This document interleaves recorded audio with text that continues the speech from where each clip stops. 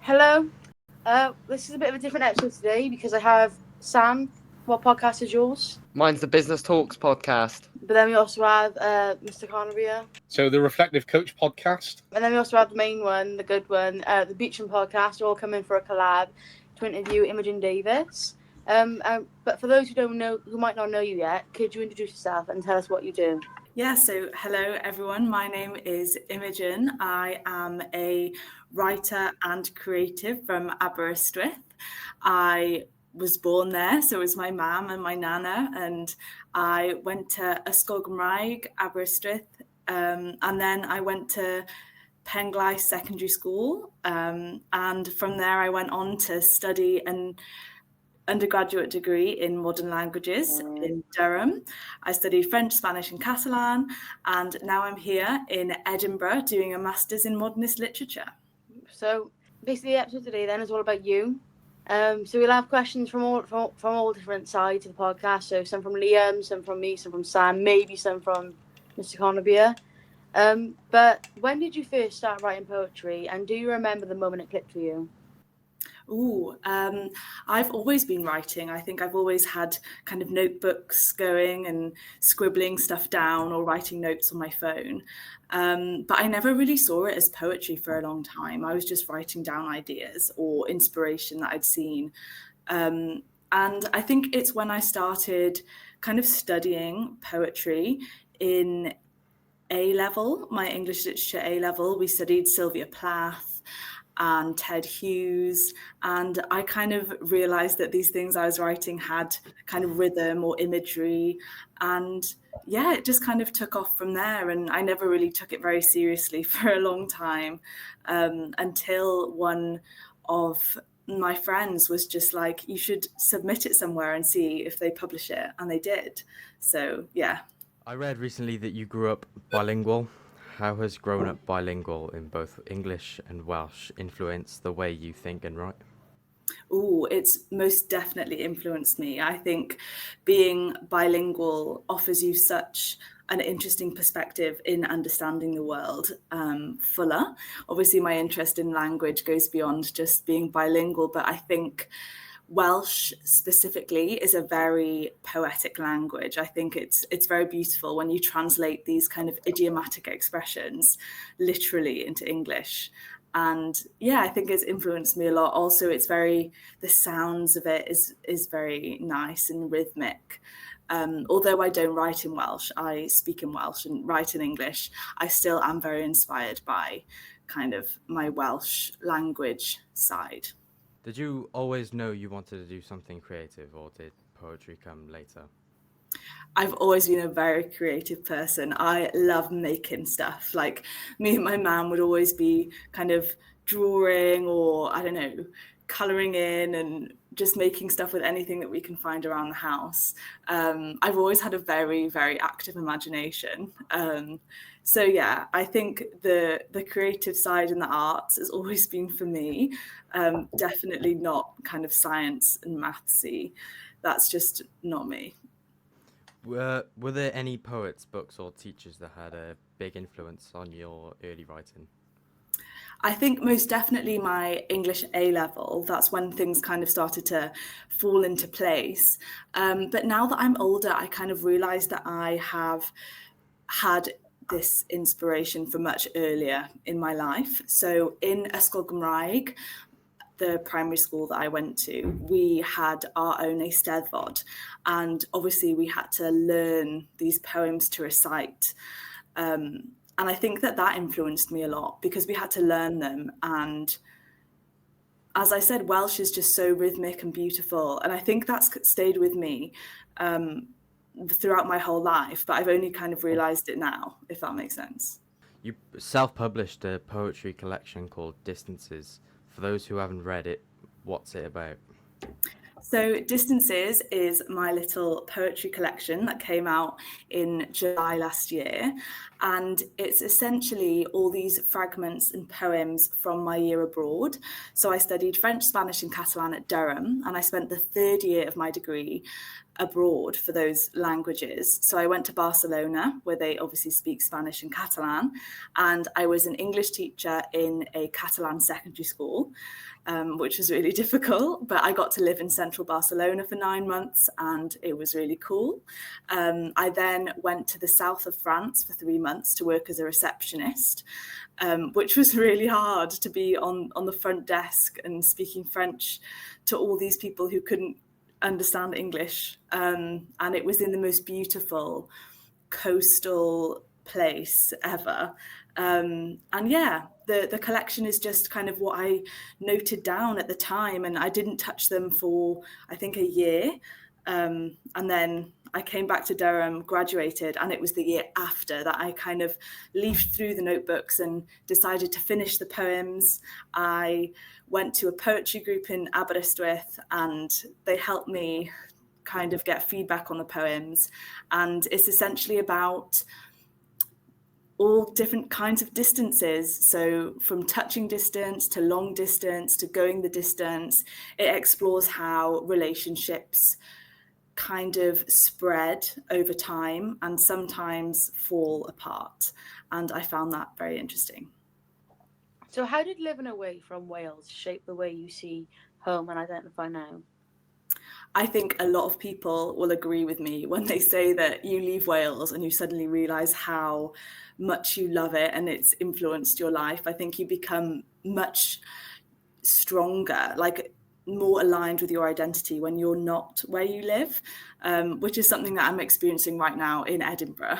But Aber is still my home. And I think that year abroad really gave me some perspective, to make me realise and think how that upbringing and life in Wales has really shaped me, because I'm now like in the middle of the urban jungle of Barcelona and it's so different.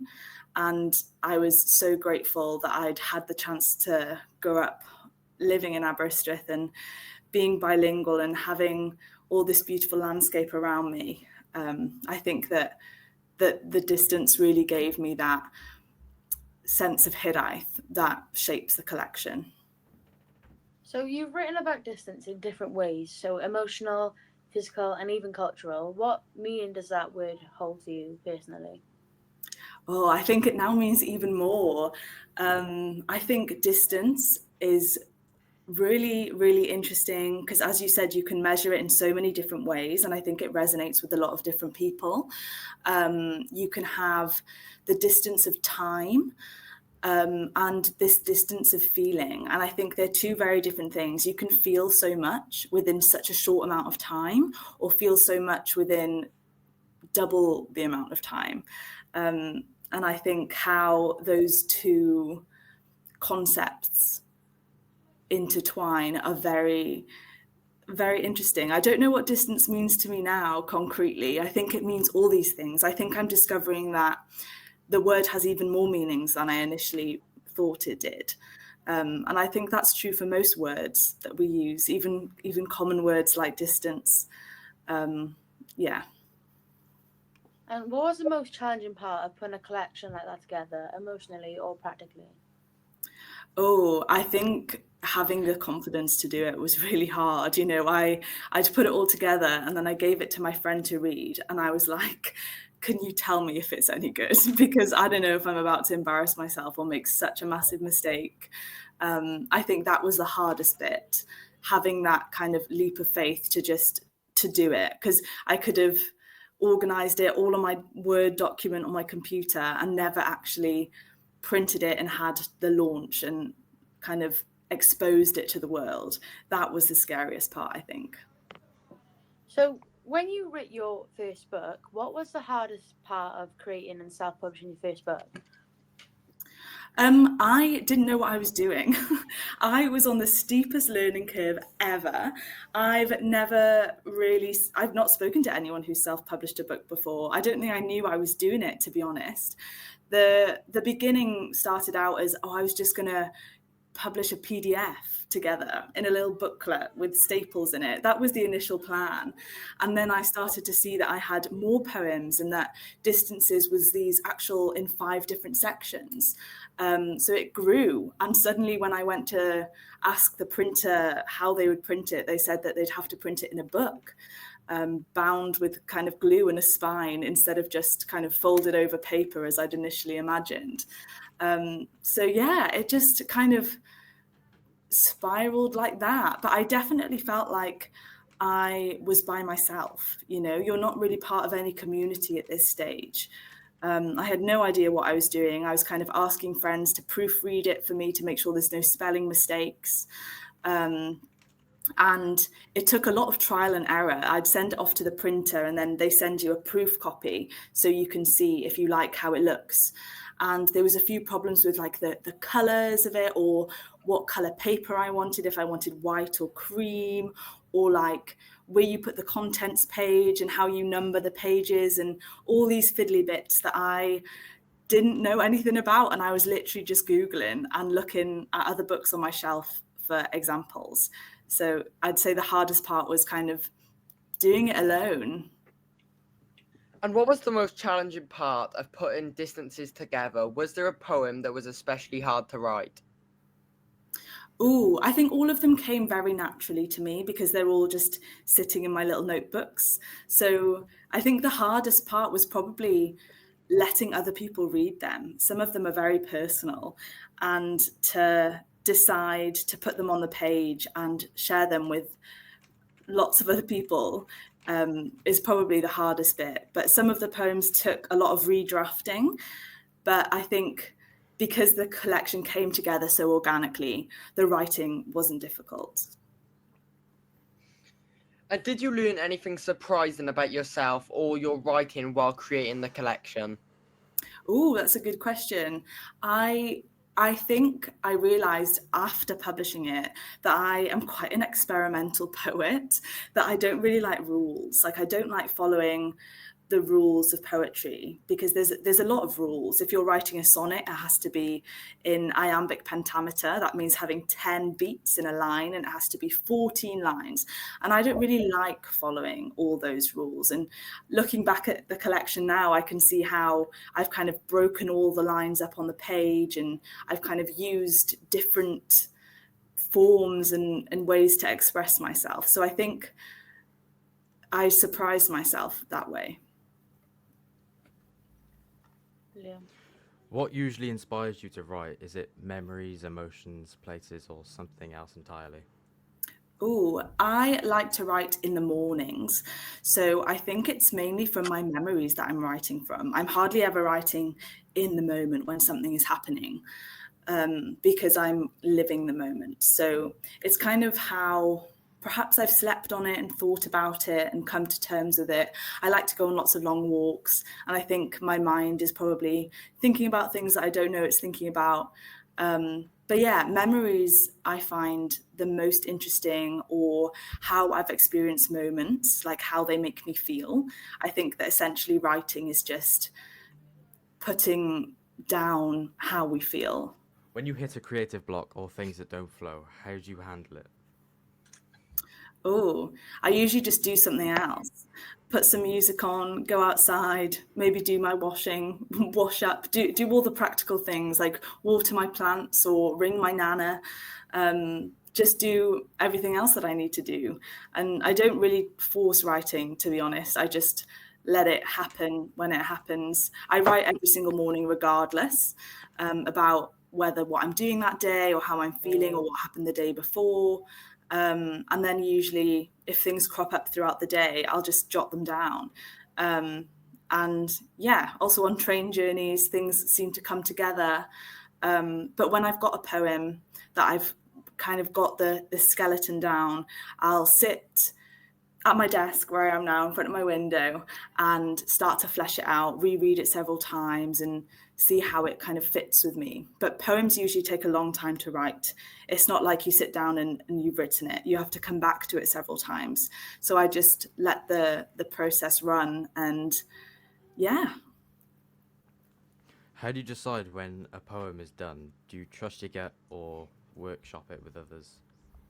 Ooh, so for the collection, I took every single poem to a poetry group that I attended in Aberystwyth called the Distillery Poets, and they were all retired. I was the youngest there by like 30 years.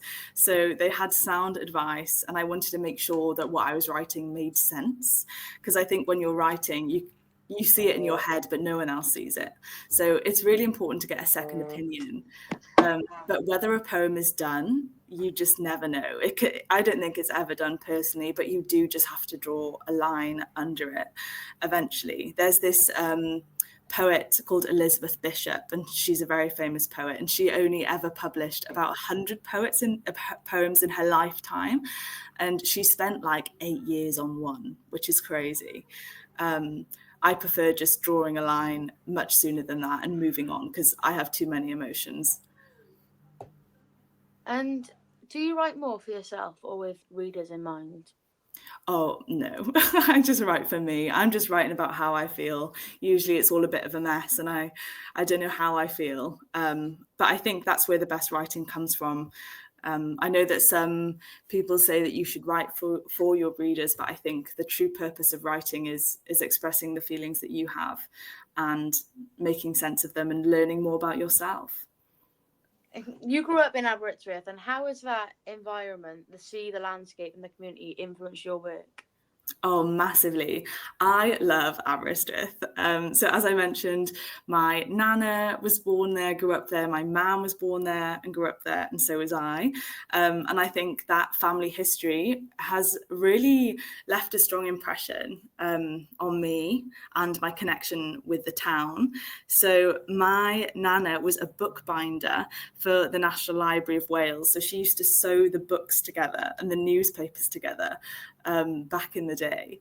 And I kind of feel that that literary thread has now come to me, and it just makes so much sense because no one else in my family is really literary at all. But I think the creative environment of Aber, to have the National Library there, the museum, the sea, there's so much inspiration everywhere. It's fresh air, there's the view from Consti, and it's just a really beautiful town that I feel is very simple. Like there's not much there. And so to be creative is very easy. So what role has your Welsh identity played in your poetry, even when you write in English? It's had a massive influence. I'm currently researching for my master's dissertation in Welsh literature written in English and how important this is to Welsh culture, because not everyone in Wales does speak Welsh, but they still express what Welsh identity means to them. And even though I speak Welsh, I write in English and I write about my Welsh identity. And there's something very interesting about that. And it shouldn't be dismissed as not being Welsh. But my Welsh identity has shaped me massively. I really believe that Welsh culture, literature, art has been overlooked significantly by English culture and art. We think of all the kind of great works of literature being kind of English, Jane Eyre, Jane Austen, the Brontes, Shakespeare. They're predominantly these people from England. And I think that Wales has something to offer, and that's part of my dissertation and my work with Parthian Books. I republish lost Welsh literature that's kind of gone forgotten about, and are actually really great books. So I believe that Welsh people should get more credit, because I think we have some amazing talent here and it should be celebrated more. Was there a particular place or moment during your travels that sparked a poem unexpectedly? I think what happened a lot was like everything that happened surprised me and sparked these poems in ways that I never thought that they would. Like I'd be sitting on a park bench, or I'd be on the metro, or I'd be walking, or I'd be, I don't know, scribbling a note on the reception desk at work. All these moments, I was just so receptive to how different the world was, and everything was inspiring to how, I don't know, like just the behavior of people in another country. I think you become very aware of how different you feel. And so everything becomes kind of this most amazing pool of inspiration that you just want to capture and understand. So, No, wrong bit, sorry. Oh, how did it feel navigating your Welsh identity while living in countries where people didn't know much about Wales? Oh, this was really hard. This made me feel like an outsider in most spaces. But I've got to say that in Barcelona, so they speak Catalan and they speak Spanish. And it's very similar to how Welsh and English works. So Catalan would be like Welsh and English would be like Spanish. So Spanish is like the predominant language of the culture. So the pupils in the schoolyard would be singing these Spanish songs because that's what was on the radio. But in their family homes, they'd be speaking Catalan. And I felt very connected to that in the sense of my own Welsh identity was reflected in this bilingualism and duality of culture. And I was really inspired by how persistent the Catalans were to preserve their own culture and how important that is to them. Because only in 1975 could they kind of speak their language again because it had been banned under Franco's dictatorship, which is crazy. And I'm just so grateful that we still have our Welsh language. And yeah, in France, I think I did definitely feel like the outsider. I was in this very rural place where no one could hardly speak English, never mind Welsh. But it became a very cool thing. And I was kind of known as the Welsh person, and I bought my little Welsh flag, and it's a great way to connect with people. I made Welsh cakes for everyone, and it was just a great way to bond and share culture and make connections. So you've described Wales as your inner landscape. Can you talk about what that means to you now? I think it is still very much my inner landscape. I think because I've grown up in Wales, that when I close my eyes, that's kind of where I am always. And I mean that in the sense of not even the natural landscape of kind of hills and mountains and the sea. I mean in the sense of the street that I live on, my little town, and it's not perfect and it's not very glamorous, but it's kind of what I grew up with. And I think that follows us all around in some sense. And I'm just still coming to terms with it now, I think, because I'm living in Edinburgh, which is a much bigger city. There's so many people. And I think I feel at home here because the landscape is so similar. Edinburgh has this wonderful mountain in the middle of the city called Arthur's Seat, and the sea's not too far away, so I go there often, and I realise that I feel calmer and better when I'm with these familiar landscapes that kind of match my internal mental landscape. I read recently that your Nana was a bookbinder. How does that legacy of storytelling and literature connect to your writing today? I definitely think about it a lot. I think that as my family never went to uni, they kind of left school at an early age. So I am the first generation to kind of go to university and get a master's, which feels like quite a lot of pressure, but also a privilege. And I think that I should use my voice to express how my family and I have kind of got this generational experience of living in Wales, and hopefully sharing that with a lot more people. So do you feel that being a poet in Wales today carries a particular responsibility or a sense of belonging? I hope that it doesn't carry that much responsibility, because it's just something that I enjoy doing. But I do think that it has a power, maybe. I think even in the Welsh National Anthem, we sing about, Wales is the land of the poets, and we have this kind of reputation. And they've also always been masculine figures, which is why it's really important that we get some female writers and poets on the scene. But I think that the history of poetry in Wales just stresses how beautiful the language is, and that we should express how living in this landscape makes us feel. But yeah, I just hope that with my platform that I have now and the experience that I have, I would love to inspire other people, especially young people, to just express themselves through art, whether that's kind of writing or through painting or any kind of art form, musically or otherwise. So yeah. How do you think your bilingual upbringing has influenced the way you write or think about language? Bilingualism has definitely, I think it was the reason I probably studied languages in university. I seem to enjoy how you put emotion into language and how that's able to express how you're feeling. Like, it's so crazy to me that what we're feeling can be expressed in a few letters, when really we all experience that very differently. Kind of your idea of happiness or pain is very different from my idea of happiness and pain. And I think that through different languages and their different ways of saying that is very interesting. So in French, you have tu me manques is I miss you, but you kind of put the other person first. So it's kind of like, you are lacking from me. So it changes the subject perspective, which is very interesting. And how has your relationship with Wales changed since moving away? Do you see it differently now? I think it's definitely stronger.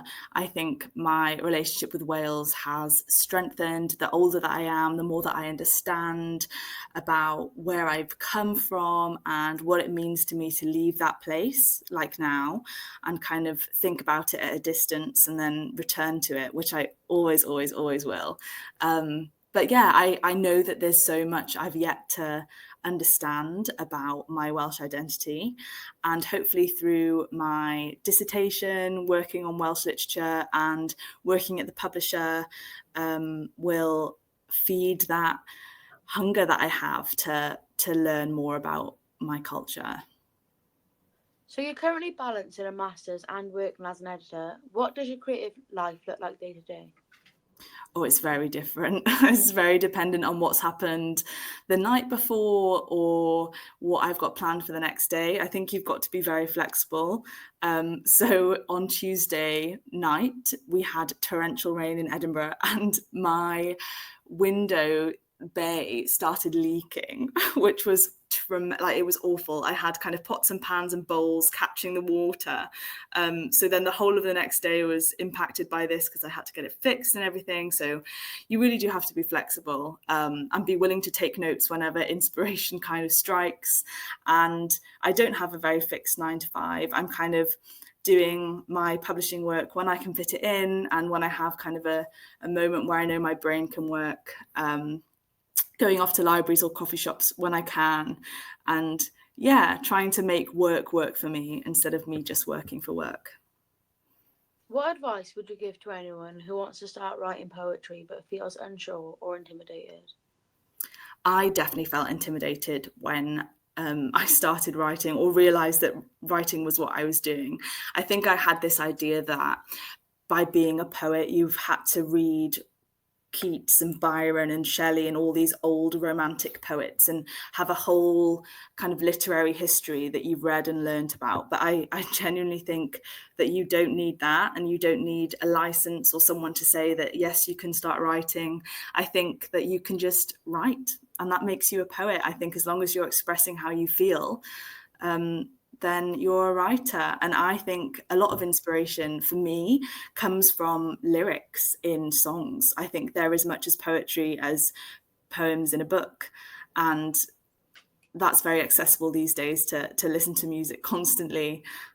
So I think if you can take inspiration from that, or even the sounds of nature, or the cars, or birds, or anything, you can be inspired by it, and you can just write.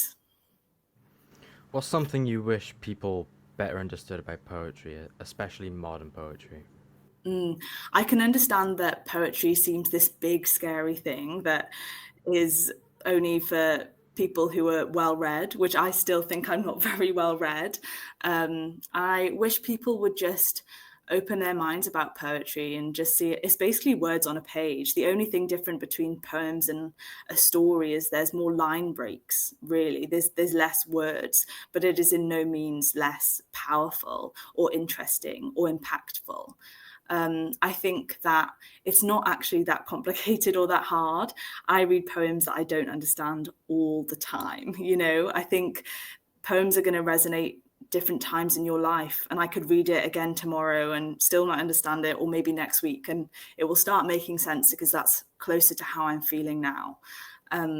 So I think people should stop seeing it as this intimidating thing and just opening themselves up to reading the words and seeing how that makes them feel.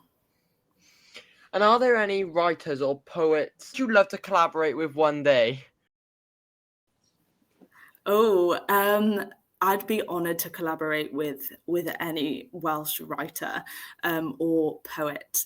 I really admire the work of Cynan Jones. So he's a novelist, but his novels are very, very small and they're so distilled, and every single word is deliberate, and I believe it's very much like poetry, and I would love to work with him. But there's also some amazing poets that have just been released from the Book of Wales Award. Natalie Ann Harbrow was shortlisted and didn't win, but again is an amazing poet. I'd just be honoured to be with any of them, to be honest. And do you see yourself writing in Welsh in the future? Oh, I don't know. Maybe. I'm very open to it. I think it depends on how I'm feeling at the time, and if maybe Welsh is how I want to express myself rather than in English. There's probably a reason why I write in English now, but yeah, I'm definitely open to that possibility one day.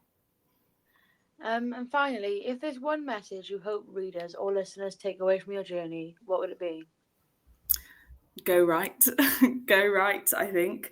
And all your feelings are valid. And I think if you can find a way to express those feelings, it doesn't even need to be writing. I think it's great, and hopefully will make people feel better. But yeah, your feelings are all valid. Thank you. Imogen, we're just going to swing back round if that's okay. Sure. Because there's an amazing section which I just want to touch upon, and that's been your amazing experience at the Euros in the last few weeks, where you had the amazing opportunity to go abroad with a great group of people, quite a few recognisable faces by some of the people that I've seen in your pictures, right? But how did you get involved in being in that group and being able to go abroad and have that experience together? So it was when I was working at the Hay Festival, which is the UK's biggest literary festival. It happens every year in Hay-on-Wye at the end of May. And I was lucky enough to work the whole festival. And while I was there, I met some people from the Welsh Arts Council and Wales Arts International. And I introduced myself and talked about my book. And they were very interested in my work and invited me to go to Swansea to watch Wales play Italy in a football friendly before the Women's Euros. And I attended discussions about how all these different organisations were going to Switzerland and supporting the Women's Euros, and how important it is that we are there for these girls who have finally made it, the first time in history that they've ever qualified. And it was at halftime during this match that I was invited to go to Switzerland with Ashoka Sports for Change Making, which is a charity promoting gender equality in sports. And it kind of took off from there. And my little poem called A Field in Front of the World was given to every single player on the Welsh women's team to kind of congratulate them and wish them good luck before the tournament. So that was a pretty amazing experience, especially when you talk about that poem there and being able to give that to the players. Now, knowing that you've made something so significant and it's going to players who are on a world stage and people who are in an elite environment, and you know it's going to be an important aspect of their mindset in terms of how they review their performance, how they take something so meaningful away. How proud of you were you to create something so special like that to give to those players who have just been in that amazing experience? Well, I actually didn't really know that I'd created it at the time or how big this poem would be. I remember I wasn't feeling that great. I was kind of ill after the Hay Festival. It was so much hard work. And I had this old copy of the Mabinogion, which is the earliest Welsh prose stories that we have. And just on the first page, I started circling these words, and it took some time to circle words and then rub them out and circle other words. And then I eventually thought I'd found something and kind of showed it to my parents, and we were all nodding, and I was like, yeah, it's cool. And then I shared it with the Arts Council people, and they loved it, and they wanted to share it with the team. And I hadn't really realized that it was that good or that kind of powerful or impactful for other people to read until I'd shared it with them. So yeah, kind of a delayed response, I think. And we know that the meaning when it comes to writing and creating, marketing pieces and giving an image, especially behind, anything on a national scale, especially in sport and behind national teams. Do you see yourself creating anything further in terms of creating that why, creating that storyboard, creating a theme, whether it be a film, whether it be an advertisement, whether it be anything of that nature for the national side? Do you see yourself delving into that any further? Oh, most definitely. I would love to do that. I would really love to kind of propel with this opportunity and keep the momentum going with this, because it's something that means a lot to me, as I said, about having kind of Welsh culture and Welsh literature shared more widely and celebrated. Whether that's my work or someone else's, I want to be involved in that process and making sure Welsh voices are heard in all kind of aspects of culture, whether it's sports or the arts or anything else.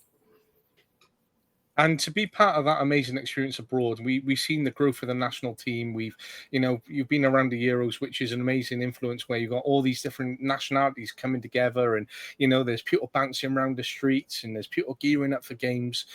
For you being a fan as well as being someone who is supporting it from an arts point of view, how amazing was that experience just to feature with the growth of the Wales national team and the growth of women's sports, and to be there around that and the performance that they gave?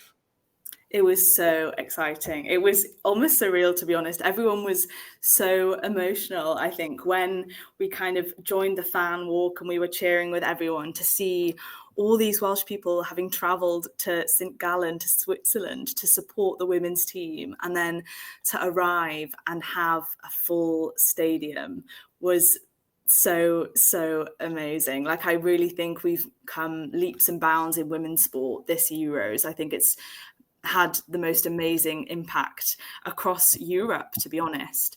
And when Jess Fishlock scored that goal, we went through the roof. It was such an honourable moment to be there.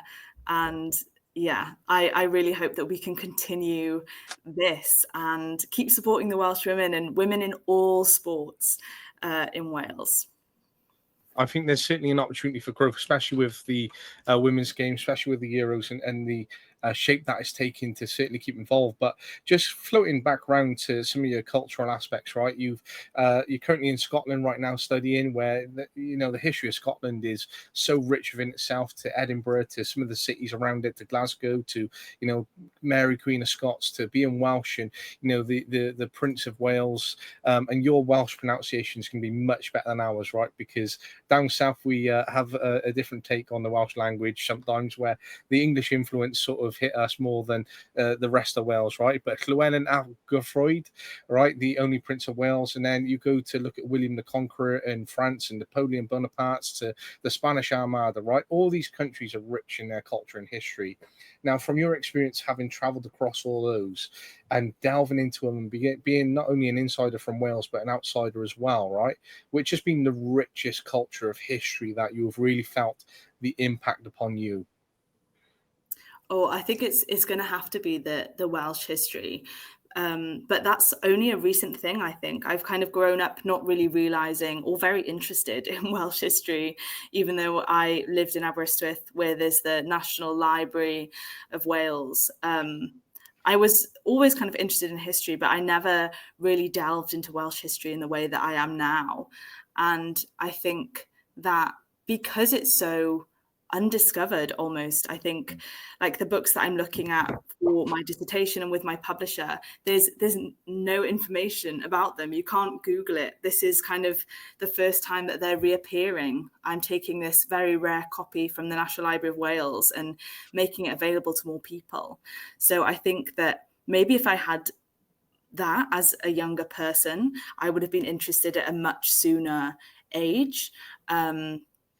But I didn't really realise the richness or depth of the Welsh history and how it's so deeply ingrained in who I am until I probably left and came to Edinburgh or went to France.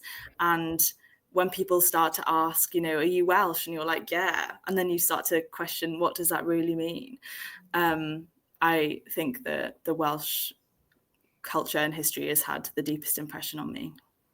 Fantastic. I think that's a brilliant answer. And when it comes to the next 10 years, where do you see yourself and what do you think you'll be doing? Oh, I have no idea. I don't even know what I'm going to have for dinner or what I'm really doing tomorrow. I might get another leak in my window. I don't know. Although I'm like a very organized and planned person, I think 10 years is a very long way away. I don't know what I'm going to be doing when I finish my master's next year. So I've got one more year left. But I hope that in 10 years, I will be satisfied with everything that I've done and contented, I think. And I hope that I'm surrounded by equally good friends as I am now. And I hope I can take my family out to dinner and ring my nana every day and tell her that I love her and just live in this kind of daily life routine that I do now. Because yeah, I'm happy. I think that's the most important thing, is to be happy. And, it's nice that you keep touching upon family and the impact and how close you are to them, right? The most amazing thing is that we're sat around this table now and we got Sam from a business background and interest in business, myself, business and sport. You spoke about the literature side at the start, and I'm more of a arithmetic and coming down to numbers, right? Then you got Serena, who's from arts and background herself, a performer, as she likes to say, singing, dancing, and on stage and all these incredible things, to Liam, who's in marketing, content creation, and being on stage himself and being from a media background. So it's incredible to bring everyone together and certainly bring this to life from your experience and the incredible feature which you have to talk about and have spoken about today and with Sophia the other week. So we really appreciate you coming on. But there's one special request which the guys have asked me to pose to you, right? Because you're the scribe and the master out of all of us sat round almost this round table, right? And that is, if you could write a poem which features all three podcasts together, which we could put out there when you've got some spare time. Oh, I'll have a think. I'll have to get some inspiration from looking at all your various medias and how they align and cross paths. I think that'd be very interesting if we could put that out and especially publish that from a school perspective and a community perspective. I think that'll be amazing. The piece, how the work has come together, but also to have that out there as commemorating what this wonderful experience has been with you. Now, Imogen, that's all the questions we have for today. But if it's okay with you, if we could go on to some quick fire questions, please. Ooh. Would you rather use pen and paper or would you rather type? A pen and paper. City cafe or quiet coastline? Coastline. A poetry book you always recommend? Ooh, that's a really good one. I'd just go with anything by Sylvia Plath, to be honest. And what is the first language you ever wrote a poem in? Welsh. And your favourite Welsh word? Oh, I don't know. I think my favourite Welsh word is probably cerddoriaeth, because you've got cerdd, which is music, and iaith, which is language. So it's kind of like the language of music. And I think that's very beautiful. And what is a poem you wish you'd written?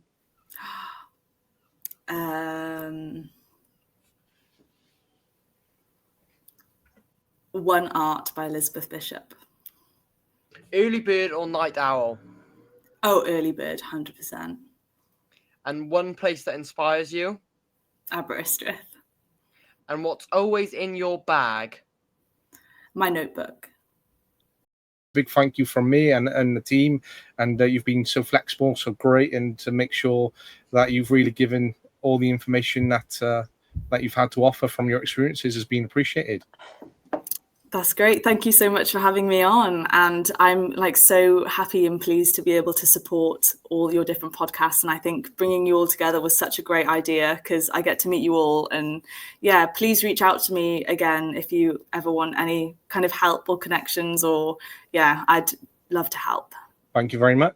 Thank you, Imogen. Thank you, Imogen. It's all right. Thank you very much, Imogen.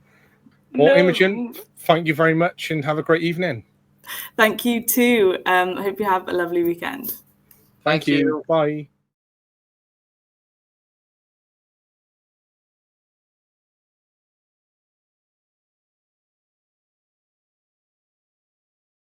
But yeah, we try to be that group that can help be there for the players as a three, because I think you mentioned earlier, you want to have different characters in the changing room. You want to have different personalities. You don't want the same kind of people because you're not going to be able to move forward. If you've got 10 people and they all agree the same things, you're going to get to a point in time where actually you're going to become unstuck. You need that one person to actually be like, nah, I don't agree with that. Or actually, we should try this. And I think that's why the huddle works, is we're all quite different as human beings. And I think you need 3 different people in there, because some players will naturally gravitate towards me and my personality, but equally some might go to the other 2, and that's absolutely fine.